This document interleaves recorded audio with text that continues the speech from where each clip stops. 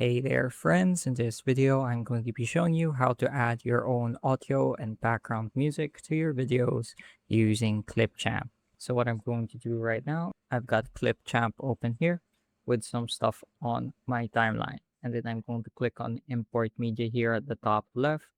I'm going to navigate to the file I want to upload, and then I'm going to open it using Clipchamp. So now that it has been uploaded, I can drag and drop it into my timeline, and I can freely adjust how long or short it is.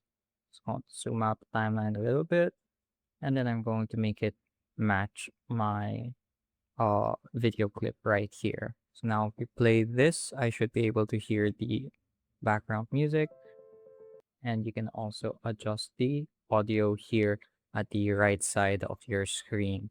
So click on this audio icon, or you can right click and click on more options, and you can also adjust the volume here. So if I play it forward, you'll notice it got a lot weaker.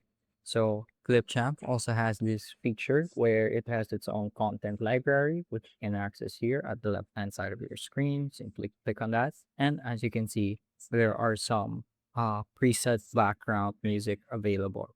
If you don't have your own background music, you can opt to use these instead.